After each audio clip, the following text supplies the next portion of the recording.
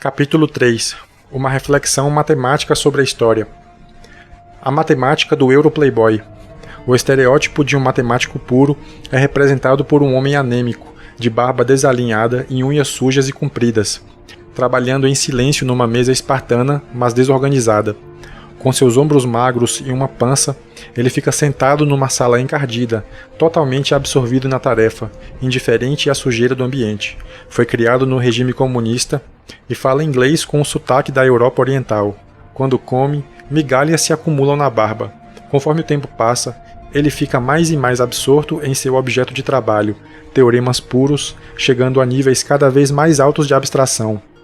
O público americano foi exposto a um desses personagens com o Unabomber, o matemático barbudo e recluso, que morava em uma barraca e matava pessoas que promoviam a tecnologia moderna. Nenhum jornalista foi capaz de chegar perto de descrever o assunto da tese dele, limites complexos, por não ter um equivalente inteligível. Um número complexo é um número completamente abstrato e imaginário que inclui a raiz quadrada de -1, algo que não possui análogo fora do mundo da matemática. O nome Monte Carlo traz à mente a imagem de um homem urbano bronzeado do tipo Euro-Playboy entrando em um cassino em meio à brisa mediterrânea. Ele sabe esquiar e jogar tênis, mas também se garante no xadrez e no bridge. Tem um carro esportivo cinza, usa ternos italianos feitos sob medida e bem passados, e fala com cuidado e suavidade sobre assuntos mundanos e reais, que um jornalista poderia facilmente descrever ao público em frases curtas. Dentro do cassino, ele conta as cartas com astúcia, calcula as probabilidades e aposta de maneira estudada, sua mente produzindo cálculos precisos da aposta perfeita. Poderia ser o irmão perdido e mais esperto do James Bond. Quando penso no método de Monte Carlo, penso alegremente em uma combinação de ambas as coisas. O realismo do homem de Monte Carlo, sem a superficialidade, misturado com a intuição do matemático, sem a abstração excessiva. De fato, esse ramo da matemática tem imenso uso prático. Não apresenta a mesma aridez associada à matemática em geral. Fiquei viciado nisso no minuto em que me tornei um trader. Moldou meu pensamento na maior parte dos temas relacionados ao acaso. A maior parte dos exemplos usados neste livro foi criada com o meu gerador Monte Carlo, que apresentarei neste capítulo. No entanto, é muito mais um modo de pensar que um método computacional. A matemática é principalmente uma ferramenta reflexiva e não computacional. As ferramentas. A ideia de histórias alternativas discutidas no capítulo anterior pode ser ampliada consideravelmente e submetida a todo tipo de refinamento técnico. Isso nos leva às ferramentas usadas na minha profissão para brincar com a incerteza. Vou esboçá-las a seguir. O método Monte Carlo, em resumo, consiste em criar história artificial usando os seguintes conceitos. Primeiro, consideremos o caminho da amostragem. As histórias invisíveis têm um nome científico. Caminhos de amostragem alternativos. Emprestado da matemática das probabilidades, da área denominada de processos estocásticos. O conceito de caminho, em oposição a resultado, indica que não se trata de mera análise de cenários do estilo MBA, mas do exame de uma sequência de cenários no decorrer do tempo. Não estamos preocupados apenas com o local onde o pássaro vai chegar amanhã à noite, mas com todos os diversos lugares que ele poderia visitar durante a viagem. Não estamos preocupados com qual seria o patrimônio do investidor em um ano, digamos, mas com as emoções e agonias que ele pode experimentar durante aquele período. A palavra amostragem enfatiza que estamos vendo apenas uma realização entre uma coleção de realizações possíveis. Bem, um caminho de amostragem pode ser tanto determinístico quanto aleatório, o que nos leva à distinção que se segue. Um caminho de amostragem aleatório, também chamado percurso aleatório, é o nome matemático para uma sucessão de eventos históricos virtuais, começando em determinada data e terminando em outra, os quais são submetidos a um nível variável de incerteza. Entretanto, a palavra aleatório não deve ser tomada erradamente por equiprovável, isto é, tendo a mesma probabilidade. Alguns resultados terão uma probabilidade mais alta do que outros. Um exemplo de caminho de amostragem aleatório pode ser a temperatura do corpo do seu primo explorador durante o último surto de febre tifoide medida de hora em hora, do início ao fim do episódio. Também pode ser uma simulação de preço das ações de sua empresa favorita de tecnologia, medido diariamente quando do fechamento do mercado durante, digamos, um ano. Começando com $100, num contexto esse preço pode terminar a $20, depois de passar por um pico de 220. Em outro, ele pode terminar a 145, depois de desabar até 10. Outro exemplo é a evolução de sua riqueza durante uma noite no cassino. Você começa com $1.000 no bolso e vai medindo quanto tem de 15 em 15 minutos. Num caminho de amostragem, você tem $2.200 à meia-noite. Em outro, mal tem 20 para pagar o táxi. Processos estocásticos dizem respeito à dinâmica de eventos que vão se desenrolando ao longo do tempo. Estocástica é a palavra grega elegante para acaso.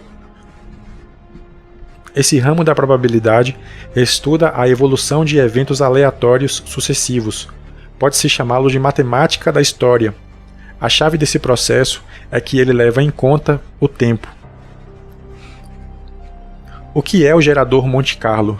Imagine que você pode reproduzir uma roleta perfeita no seu sótão, sem ter que recorrer a um marceneiro. Podem-se elaborar programas de computador que simulam praticamente tudo. Eles são até mesmo melhores e mais baratos do que a roleta feita pelo marceneiro, que pode ter a tendência de favorecer um número mais do que outros, devido a uma pequena inclinação na construção ou no piso do sótão. Essas inclinações são chamadas de tendências. As simulações Monte Carlo são mais parecidas com um brinquedo do que qualquer coisa que já vi na vida adulta. Podem-se gerar milhares, talvez milhões, de caminhos de amostragem aleatórios e estudar as características prevalentes em algumas das características desses caminhos. O auxílio de um computador é fundamental nesses estudos. A glamurosa referência a Monte Carlo indica a metáfora de simular eventos aleatórios à feição de um cassino virtual. São estabelecidas condições que se acredita que parecem com aquelas que prevalecem na realidade e desencadeia-se um conjunto de simulações em torno de possíveis eventos. Sem treinamento matemático, podemos desencadear uma simulação Monte Carlo de um libanês cristão de 18 anos jogando sucessivamente roleta russa por dada soma e ver quantas dessas tentativas resultam em enriquecimento, ou quanto tempo leva, na média, até que o rapaz conste do obituário. Podemos mudar o tambor da arma de modo a que contenha 500 furos, o que fará diminuir a probabilidade de morte e ver os resultados. O método de simulação Monte Carlo foi usado pela primeira vez no Laboratório de Física Militar em Los Alamos, durante a produção da bomba atômica. Tornaram-se populares na matemática financeira na década de 1980, particularmente nas teorias do caminho aleatório dos preços dos ativos. É preciso dizer que o exemplo da roleta russa não necessita de todo esse aparato, mas muitos problemas, particularmente os semelhantes a situações da vida real, exigem o potencial de um simulador Monte Carlo. Matemática Monte Carlo. Os verdadeiros matemáticos não gostam do método Monte Carlo. Eles acreditam que esse tipo de método tira a delicadeza e a elegância da matemática. Consideram-no força bruta. Isso porque podemos substituir uma grande parte do conhecimento matemático com um simulador Monte Carlo e outros truques computacionais. Por exemplo, alguém sem conhecimento formal de geometria pode calcular o misterioso, quase místico π. Como? Desenhando um círculo dentro de um quadrado e disparando balas aleatórias dentro da figura, como num estande de tiro, especificando probabilidades iguais de atingir qualquer ponto do mapa, algo chamado de distribuição uniforme.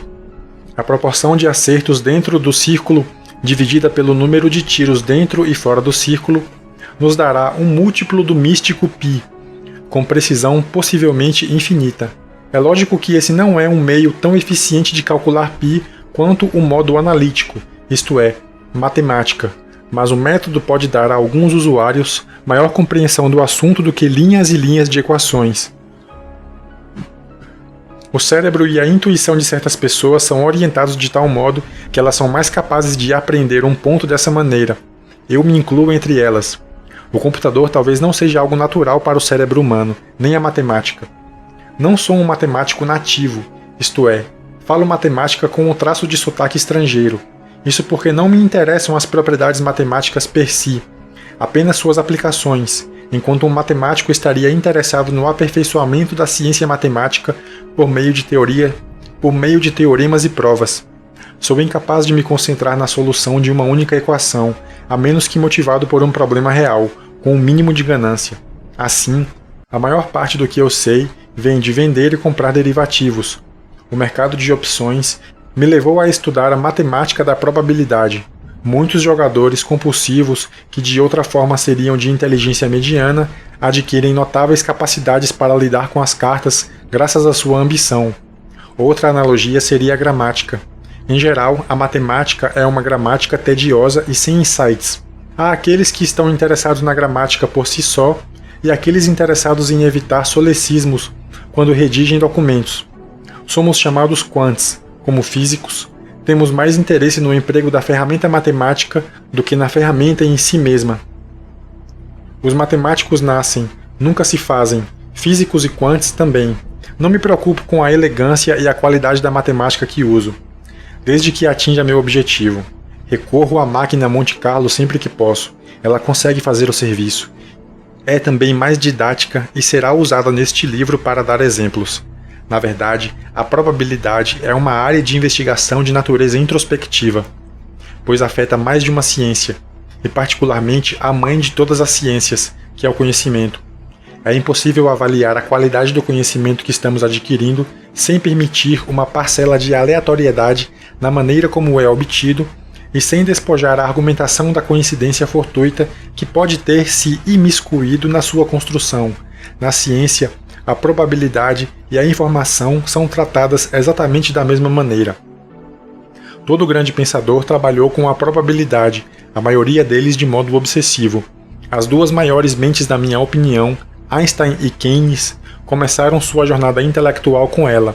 Einstein elaborou um trabalho fundamental em 1905, como um dos primeiros a examinar em termos probabilísticos a sucessão de eventos aleatórios. No caso, a evolução de partículas em suspensão no líquido estacionário. Sua teoria sobre o movimento browniano pode ser considerada a espinha dorsal das teorias de caminho aleatório utilizadas na modelagem financeira. Quanto a Keynes, para a pessoa versada em literatura, ele não é o economista político que os esquerdistas de paletó xadrez adoram citar, mas o autor do magistral, introspectivo e poderoso Tratado sobre a Probabilidade. Antes de se aventurar no sombrio campo da economia política, Keynes era probabilista. Tinha outras qualidades interessantes também. Ele se deu mal arriscando suas economias no mercado de capitais depois de conseguir enorme opulência. A compreensão que as pessoas têm da probabilidade não se traduz no seu comportamento. O leitor já pode adivinhar que o próximo passo a partir dessa introspecção probabilística é mergulhar na filosofia, particularmente no campo dela que diz respeito ao conhecimento, chamado epistemologia, metodologia ou filosofia da ciência, e popularizado por pessoas como Karl Popper e George Soros. Mas só voltaremos a esse assunto ao final deste livro. Brincadeira no sótão. Fazendo história. No início dos anos 90, como muitos dos meus amigos que lidavam com finanças quantitativas, fiquei viciado nas diversas máquinas Monte Carlo, que eu mesmo aprendi a construir, entusiasmado em sentir que estava gerando história, um demiurgo. É estimulante gerar histórias virtuais e observar a dispersão entre os diversos resultados. Essa dispersão é indicativa do grau de resistência ao acaso. Por isso, estou convencido de que tive muita sorte na minha escolha de carreira. Um dos aspectos atraentes da minha profissão como trader de opções quantitativas é que tenho perto de 95% do meu dia livre para pensar, ler e pesquisar, ou refletir na academia de ginástica, nas rampas de esqui ou, com maior eficiência, no banco do parque. Também tive o privilégio de trabalhar bastante no meu sótão, um lugar bem equipado. Nosso lucro com a revolução da informática veio da súbita disponibilidade de processadores de alta velocidade, capazes de gerar 1 milhão de caminhos de amostragem aleatórios por minuto. Lembre-se de que nunca me considerei melhor do que um entusiasta solucionador de equações e raramente fui capaz de proezas nesse campo, sendo melhor em montar equações do que em resolvê-las. De repente, minha máquina me permitiu solucionar, com um mínimo de esforço, as mais intratáveis equações. Poucas soluções ficaram fora do meu alcance. Zorglubs enchem o sótão. Minha máquina Monte Carlo me proporcionou algumas aventuras interessantes. Enquanto meus colegas se afogavam em noticiários, anúncios do Banco Central, relatórios sobre lucros, previsões econômicas, resultados esportivos e política da instituição, comecei a brincar com a máquina em áreas limítrofes à minha base de ação, que é a probabilidade financeira. Um campo natural de expansão para o amador é a biologia evolutiva. A universalidade de sua mensagem e sua aplicação nos mercados era algo atraente. Comecei simulando populações de animais de rápida mutação, chamados Zorglubs, submetidos a mudanças climáticas, e testemunhei as mais inesperadas conclusões. Alguns dos resultados são repassados no capítulo 5. Meu objetivo, como puro amador, fugindo do tédio da vida de negócios, era desenvolver uma intuição para esses eventos. O tipo de intuição que amadores constroem partindo da sofisticação, muito minuciosa do pesquisador profissional. Brinquei também com a biologia molecular, gerando células cancerosas que surgem de forma aleatória e descobrindo certos aspectos surpreendentes de sua evolução. Naturalmente, o análogo de fabricar populações de Zorglubs era simular uma população de vários tipos de traders: touros idiotas, ursos impetuosos, cautelosos, sob diferentes regimes de mercado, como altas e baixas explosivas, e examinar sua sobrevivência no curto e no longo prazo.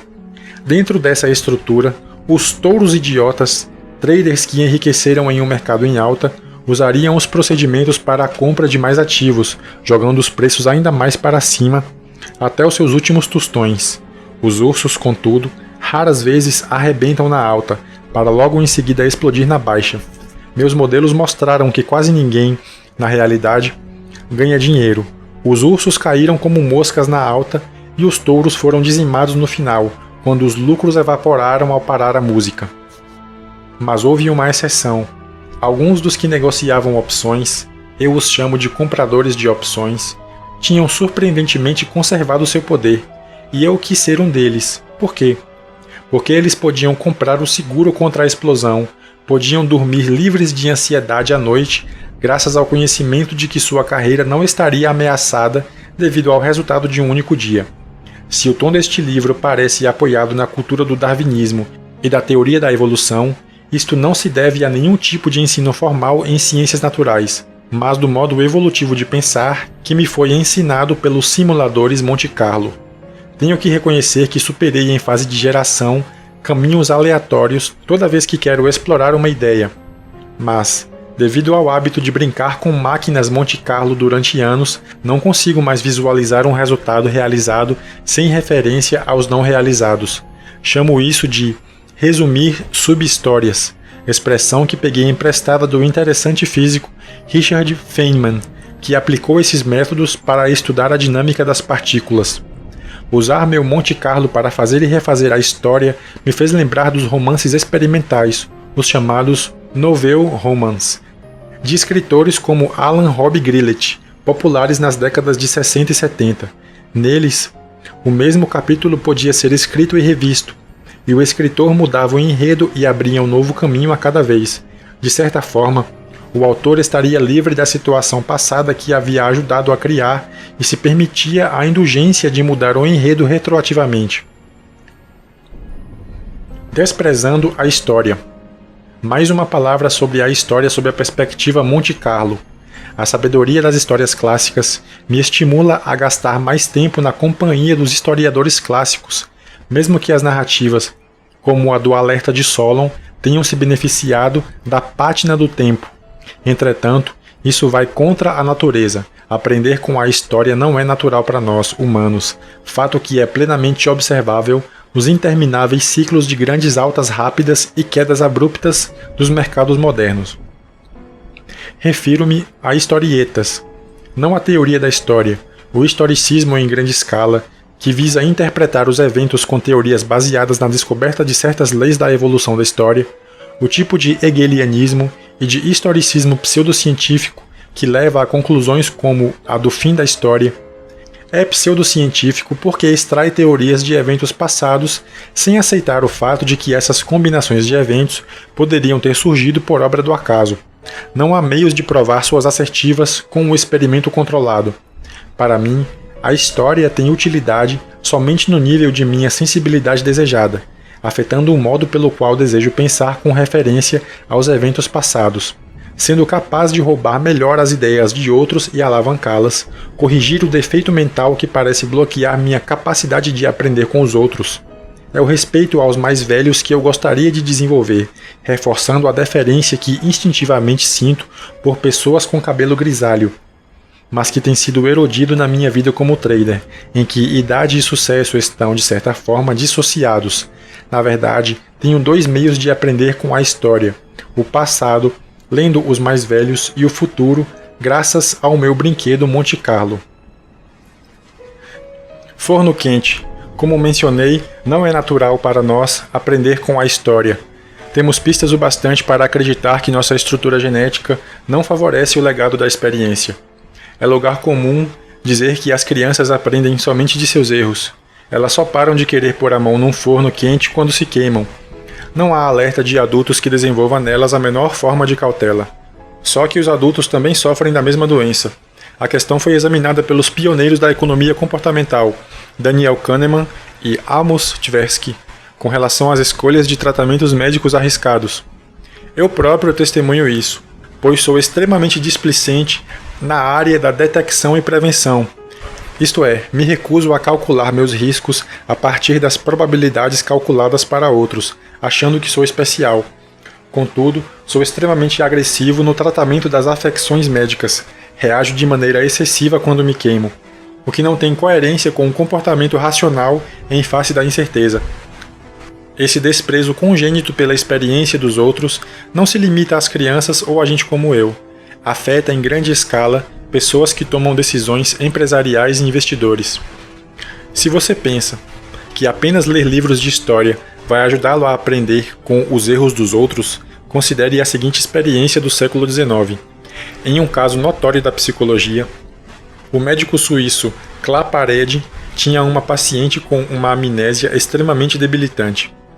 As condições eram tão ruins que ele tinha que se apresentar a ela a cada 15 minutos, lembrando-a de quem era.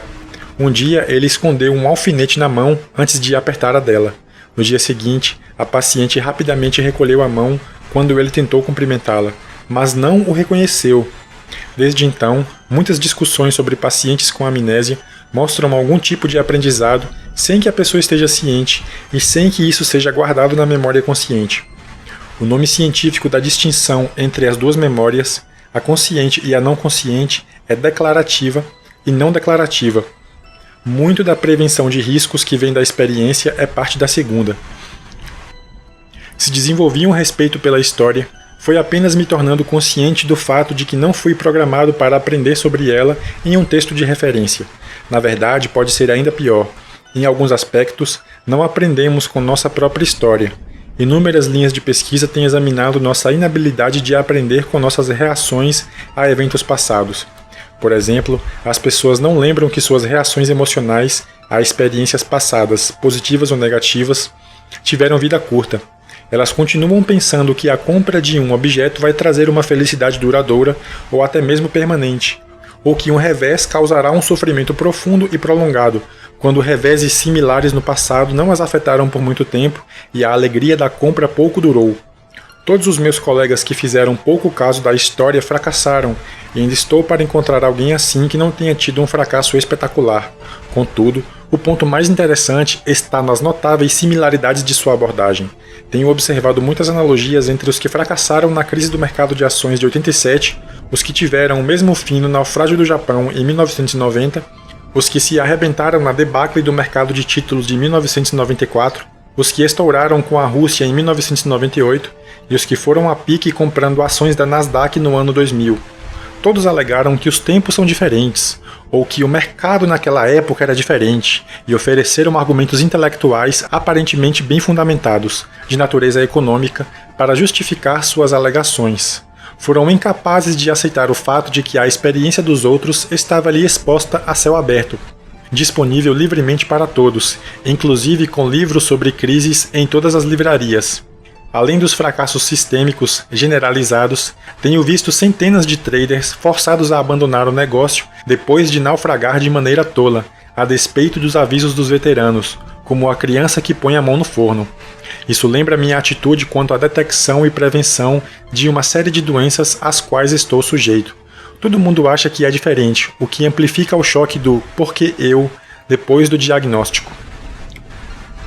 Habilidades para prever o passado.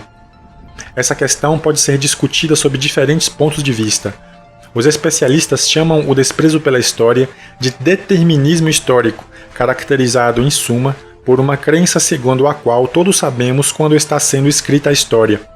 Acreditamos que as pessoas que, digamos, assistiram à crise do mercado de ações em 1929 sabiam na época que viviam um evento histórico crucial e que, se esse evento se repetisse, eles perceberiam. A vida para nós assemelha-se a um filme de aventura. Sabemos com antecedência que algo grande está prestes a acontecer. É difícil imaginar que as pessoas que testemunharam a história não soubessem, na época, o quanto aquele momento seria importante. Porém, todo o respeito que devemos ter pela história não se traduz muito bem no tratamento que damos ao presente. Jean Patrice, do último capítulo, foi abruptamente substituído por um funcionário público bastante interessante que nunca tinha se envolvido profissionalmente com o acaso. Ele só tinha estudado no tipo certo de lugar onde as pessoas aprendem a escrever relatórios e havia ocupado uma posição gerencial em alguma instituição. Como é típico com cargos avaliados de maneira subjetiva, ele tentou formar uma imagem ruim de seu antecessor. Jean Patrice foi considerado descuidado e pouco profissional. O primeiro ato do funcionário público foi fazer uma análise formal das nossas operações. Ele descobriu que fazíamos operações demais, o que levava a gastos de back-office muito elevados. Analisou um amplo segmento de operações em moeda estrangeira e depois escreveu um relatório explicando que cerca de 1% delas apenas geraram lucros significativos, enquanto o resto gerava perdas ou lucros reduzidos. Ele ficou chocado que os traders não fizessem mais operações do tipo lucrativo e menos do tipo não lucrativo. Era óbvio para ele que precisávamos seguir suas instruções de imediato.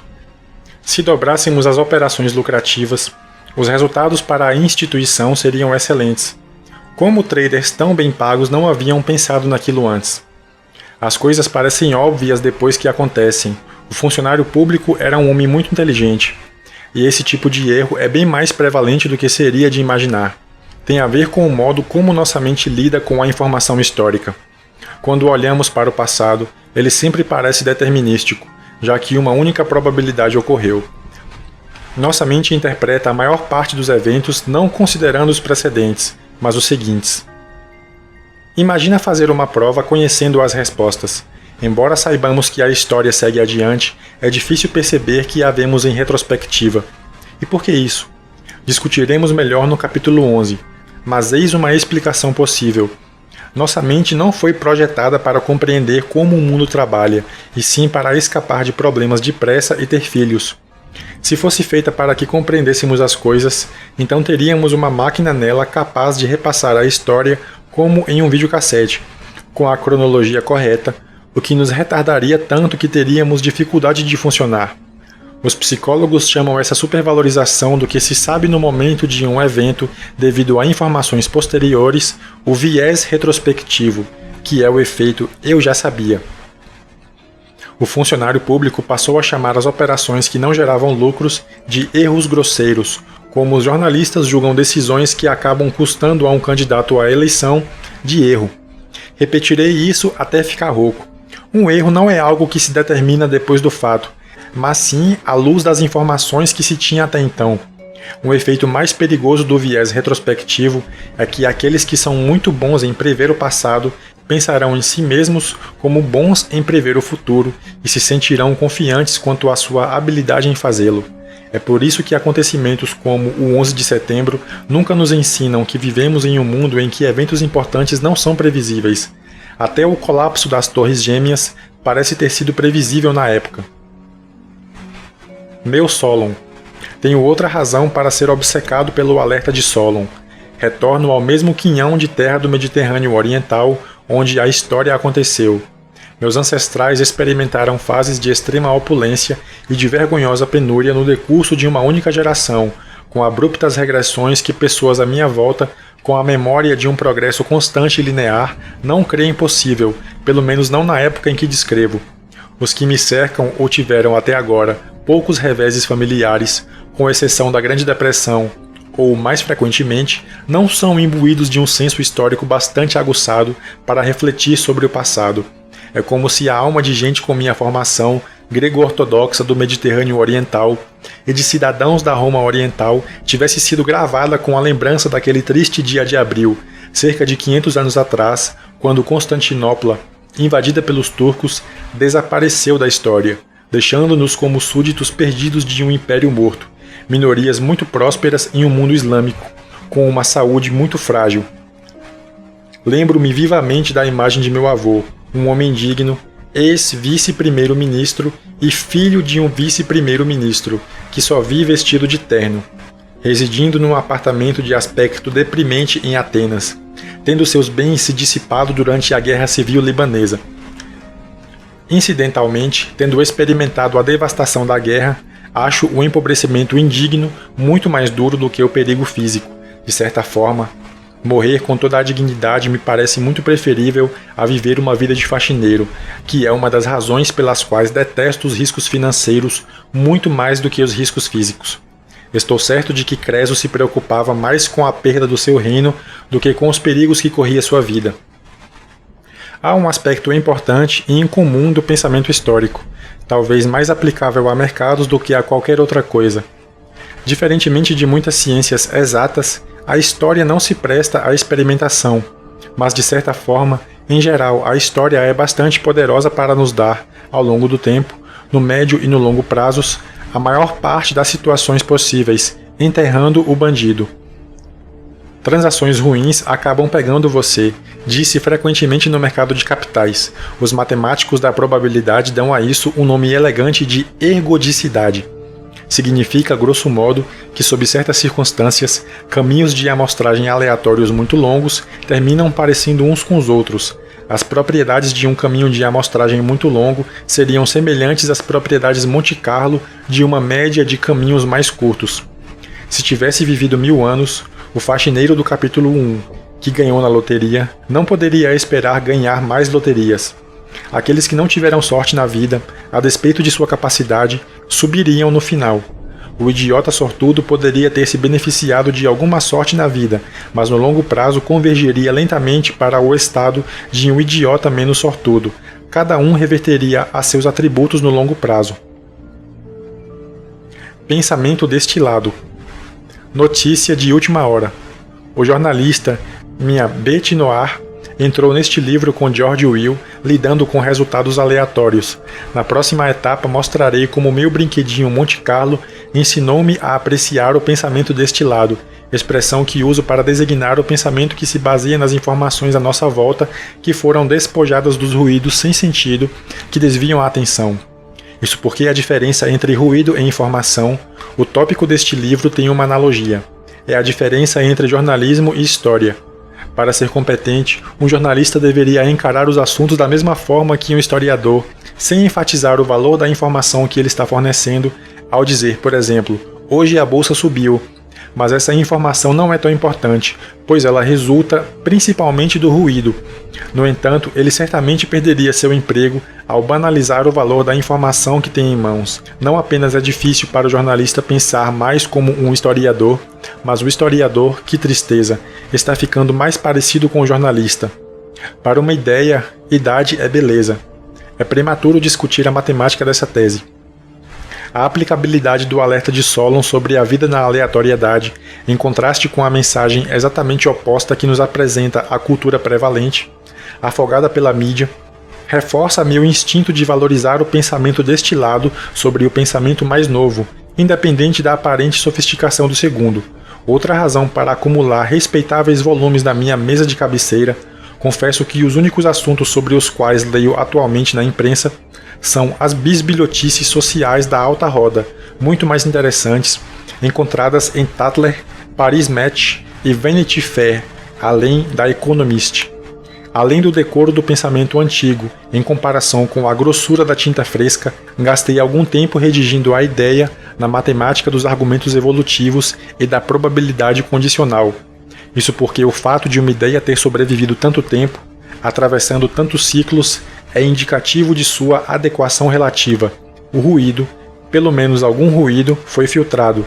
Matematicamente, progresso significa que algumas informações novas serão melhores que informações passadas, mas não que a média das novas informações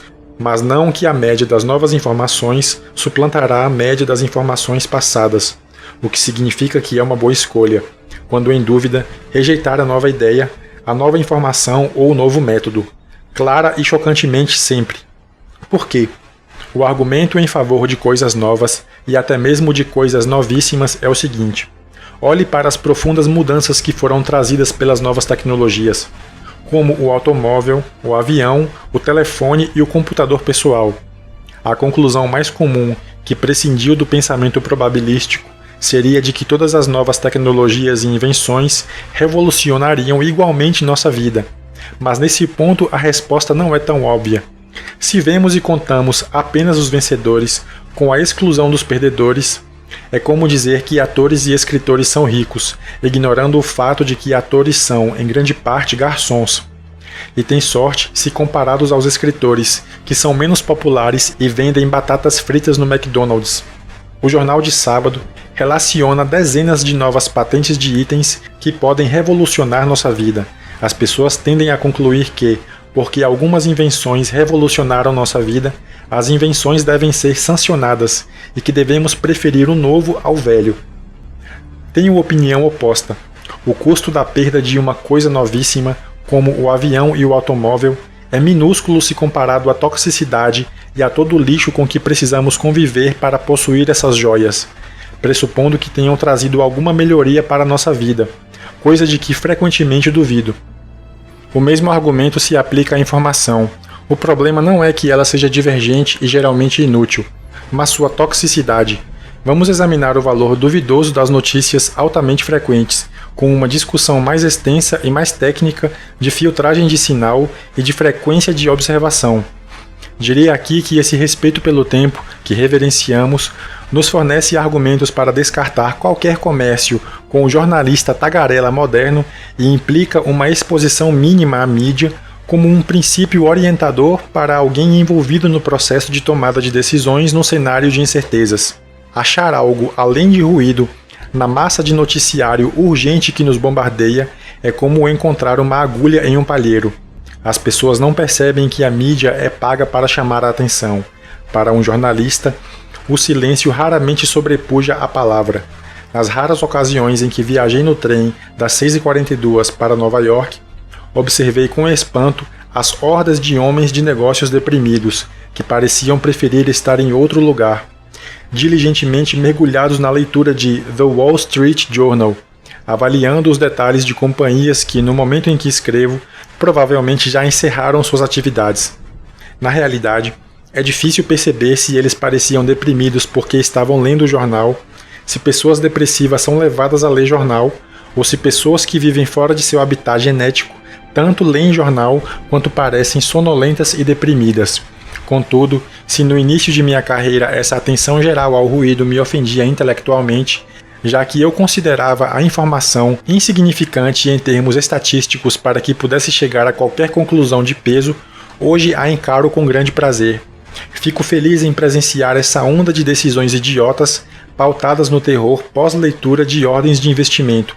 Em outras palavras, hoje a leitura em massa de tais matérias é, para mim, um fator de segurança para que eu continue no meu divertido negócio de trader contra os joguetes do acaso.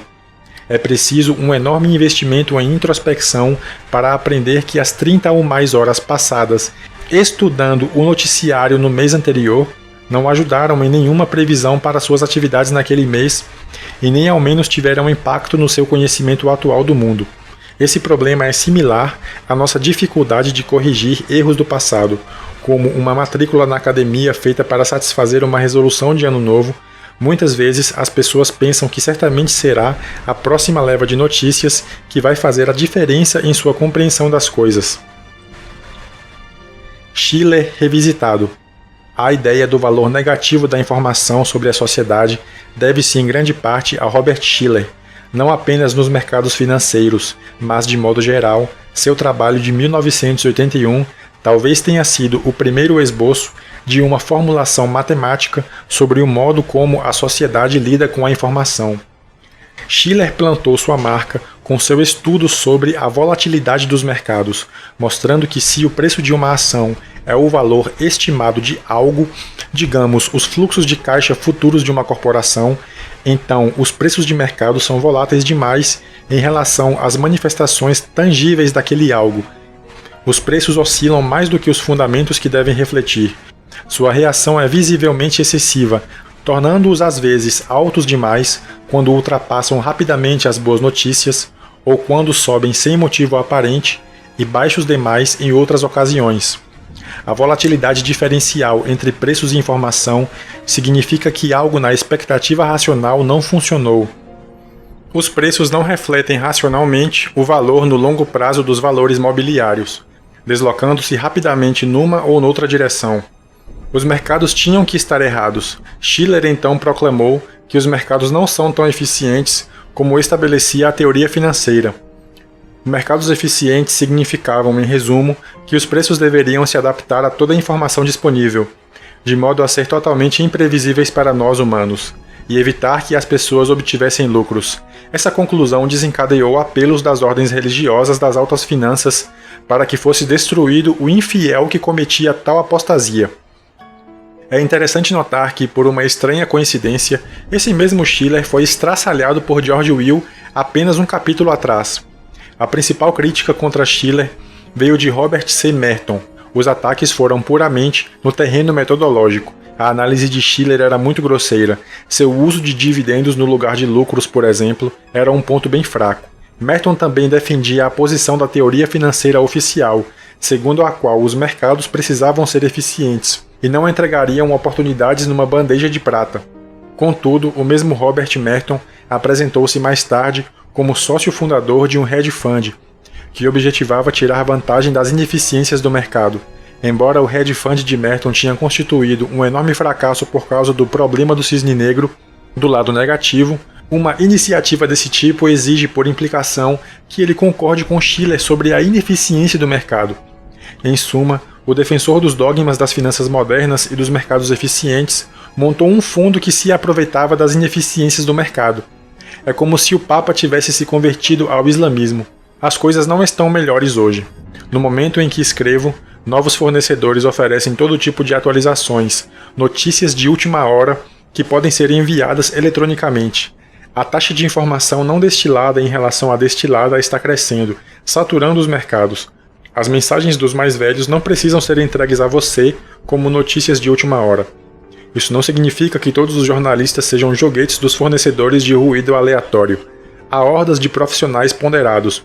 Posso citar Anatoly Kaletsky, de Londres, e Jim Grant e Alan Abelson, de Nova York, como representantes subestimados da classe dos jornalistas financeiros, e Gary Sticks, no jornalismo científico. O que acontece é que o jornalismo destrambelhado da grande mídia se constitui em um processo de fornecimento de ruído para atrair a atenção geral. E não há meio de separar os dois tipos de jornalismo. Na verdade, jornalistas inteligentes são com frequência penalizados.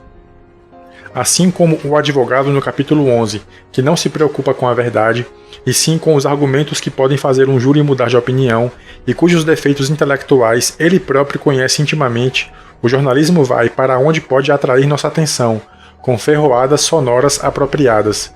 Novamente aqui, meus amigos eruditos ficarão pensando por que me exalto ao declarar o óbvio sobre jornalistas. O problema com minha profissão é que dependemos deles para obter a informação de que precisamos. Gerontocracia.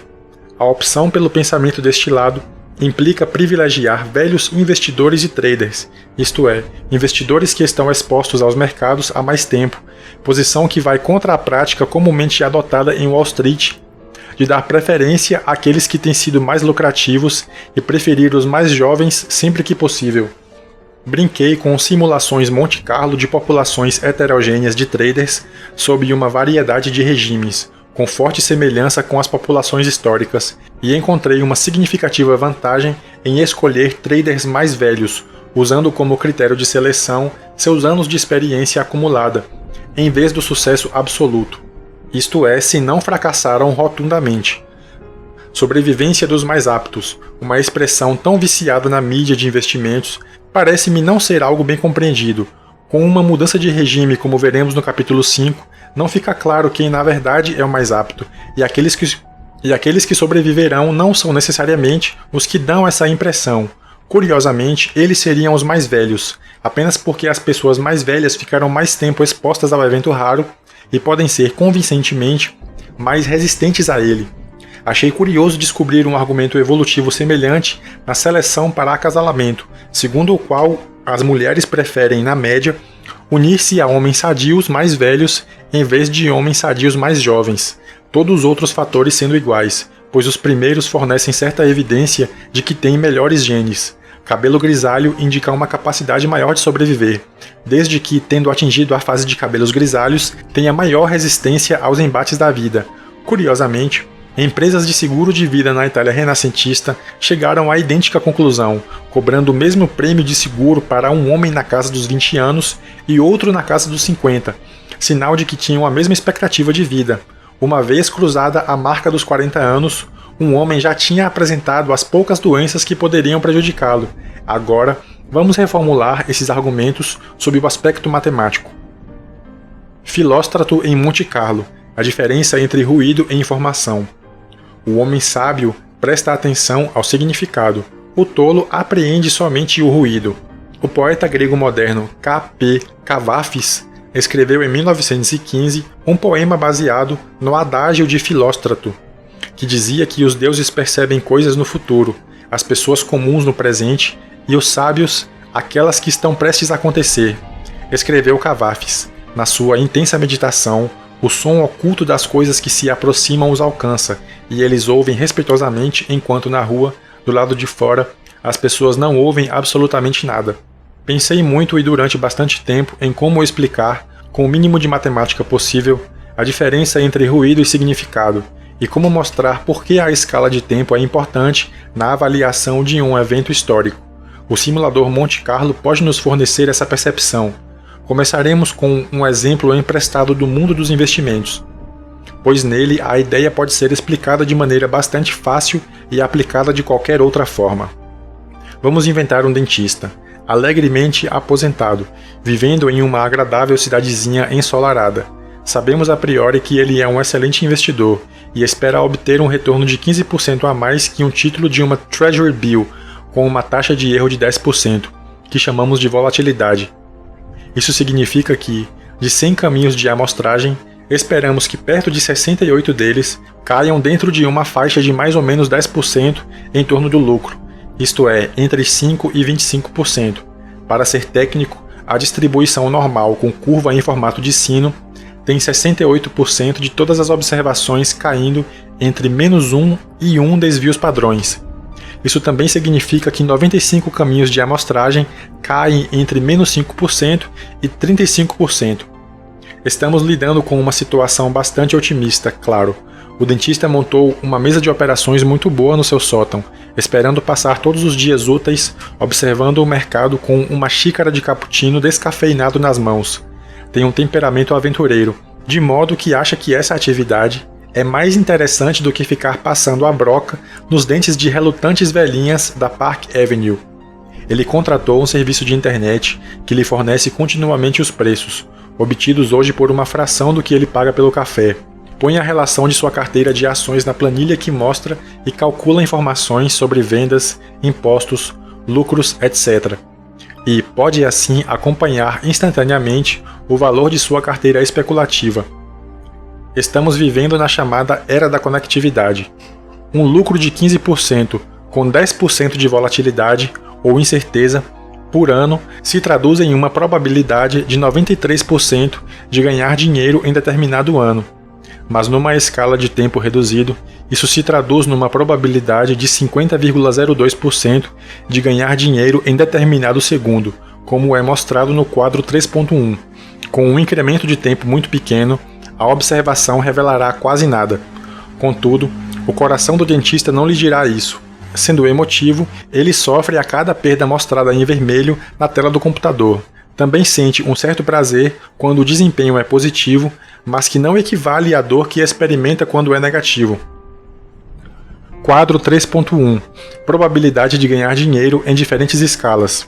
Para quem está ouvindo o audiobook entender melhor, eu vou citar primeiro a escala, depois a probabilidade. Um ano, 93%. Um trimestre, 77%. Um mês, 67%. Um dia, 54%. Uma hora, 51,3%. Um minuto, 50,17%. Um segundo, 50,02%. No final de cada dia, o dentista estará emocionalmente esgotado. Um exame minuto a minuto de seu desempenho mostrará que cada dia, supondo 8 horas por dia, terá 241 minutos agradáveis contra 239 desagradáveis. Isso corresponde a 60.688 e 60.271 por ano, respectivamente. Agora, perceba que se o minuto desagradável é mais intenso do que o agradável, então o dentista incorre em um grave déficit quando examinado seu desempenho em alta frequência. Consideremos a situação em que o dentista examina sua carteira de investimentos apenas quando recebe o extrato mensal da corretora. Como 67% de seus meses serão positivos, ele tem apenas 4 pontadas de dor por ano e 8 experiências prazerosas. Isso acontece com o mesmo dentista seguindo a mesma estratégia. Agora consideremos o dentista olhando para seu desempenho apenas uma vez por ano. Nos próximos 20 anos que se espera que ele viva, experimentará 19 surpresas agradáveis para cada uma desagradável. Essa propriedade escalar do acaso é geralmente mal compreendida, até mesmo por profissionais. Tenho visto PhDs discutirem sobre um desempenho observado numa escala de tempo estreita, sem sentido por qualquer outro padrão. Antes de criticar novamente os jornalistas, parece apropriado fazer mais observações. Visto por outro ângulo, se tomarmos a taxa de ruído em relação ao que chamamos de não ruído, isto é, coluna da esquerda, coluna da direita, que temos o privilégio aqui de examinar quantitativamente, teremos o seguinte. Em cada ano, observamos aproximadamente 0,7 parte de ruído para cada desempenho, em uma hora, 30 partes de ruído para cada desempenho e em um segundo, 1.796 partes de ruído para cada desempenho. Umas poucas conclusões. Num pequeno incremento de tempo, observa-se a variabilidade da carteira, não os retornos. Em outras palavras, vê-se a variância e pouco mais. Sempre me obrigo a lembrar que o que se observa é, na melhor das hipóteses, uma combinação de variância e retornos, não apenas retornos, mas minhas emoções não se importam com o que digo a mim mesmo. 2. Nossas emoções não foram projetadas para compreender essa questão. O dentista saiu-se melhor quando lidava com extratos mensais do que com outros mais frequentes. Talvez tivesse sido melhor que se limitasse a extratos anuais. Se você acha que pode controlar suas emoções, pense que algumas pessoas também acreditam que podem controlar as batidas do coração ou o crescimento dos fios de cabelo. 3. Quando vejo um investidor acompanhando sua carteira com preços online no seu telefone celular, eu sorrio. Finalmente, devo avisar que não sou imune a esse defeito emocional. Contudo, lido com esse problema não acessando nenhuma informação, exceto em circunstâncias raras. De novo, prefiro ler poesia. Se um evento é bastante importante, acabará encontrando um caminho até os meus ouvidos. Voltarei a esse ponto mais tarde. A mesma metodologia pode explicar por que o noticiário em grande escala é cheio de ruído e por que a história em pequena escala é, em grande parte, desprovida dele, embora repleta de problemas de interpretação. Isso explica por que prefiro não ler o jornal, a não ser o obituário, porque nunca bato papo sobre o mercado e quando estou na sala de corretagem, procuro os matemáticos e as secretárias, não os traders. Isso explica por que é melhor ler a New Yorker às segundas do que o Wall Street Journal todo dia de manhã. Sem falar no enorme desnível de padrão intelectual entre as duas publicações. Finalmente, isso explica por que as pessoas que olham o acaso de muito perto acabam esgotadas. suas emoções sugadas pela série de pontadas de dor que experimentam. Independente do que aleguem, uma pontada negativa não é compensada por uma positiva. Alguns economistas comportamentais estimam que um efeito negativo é 2,5 vezes maior do que um positivo. Isso levará a um déficit emocional. Agora que você sabe que o dentista que verifica seu desempenho com alta frequência tem maior exposição às pontadas positivas e negativas, e que as duas não se cancelam, considere que pessoas de avental branco examinaram algumas propriedades assustadoras desse tipo de pontada negativa no sistema nervoso. O efeito normalmente esperado é a alta pressão sanguínea. O não esperado é estresse crônico, que leva à perda de memória, perda da plasticidade do cérebro e dano cerebral. Até onde sei, não há estudos investigando as propriedades exatas do esgotamento do trader, mas a exposição diária a graus tão altos de aleatoriedade, sem muito controle, tem efeitos psicológicos. Ninguém estudou o efeito de tal exposição ao risco de câncer. O que os economistas há muito não entendem sobre pontadas positivas e negativas é que tanto sua biologia quanto sua intensidade são diferentes. Leve em conta que elas são processadas em distintas partes do cérebro. O grau de racionalidade nas decisões tomadas depois de um ganho é extremamente diferente daquele depois de uma perda. Note também a implicação de que riqueza não importa tanto para o bem-estar quanto a rota utilizada para chegar a ela.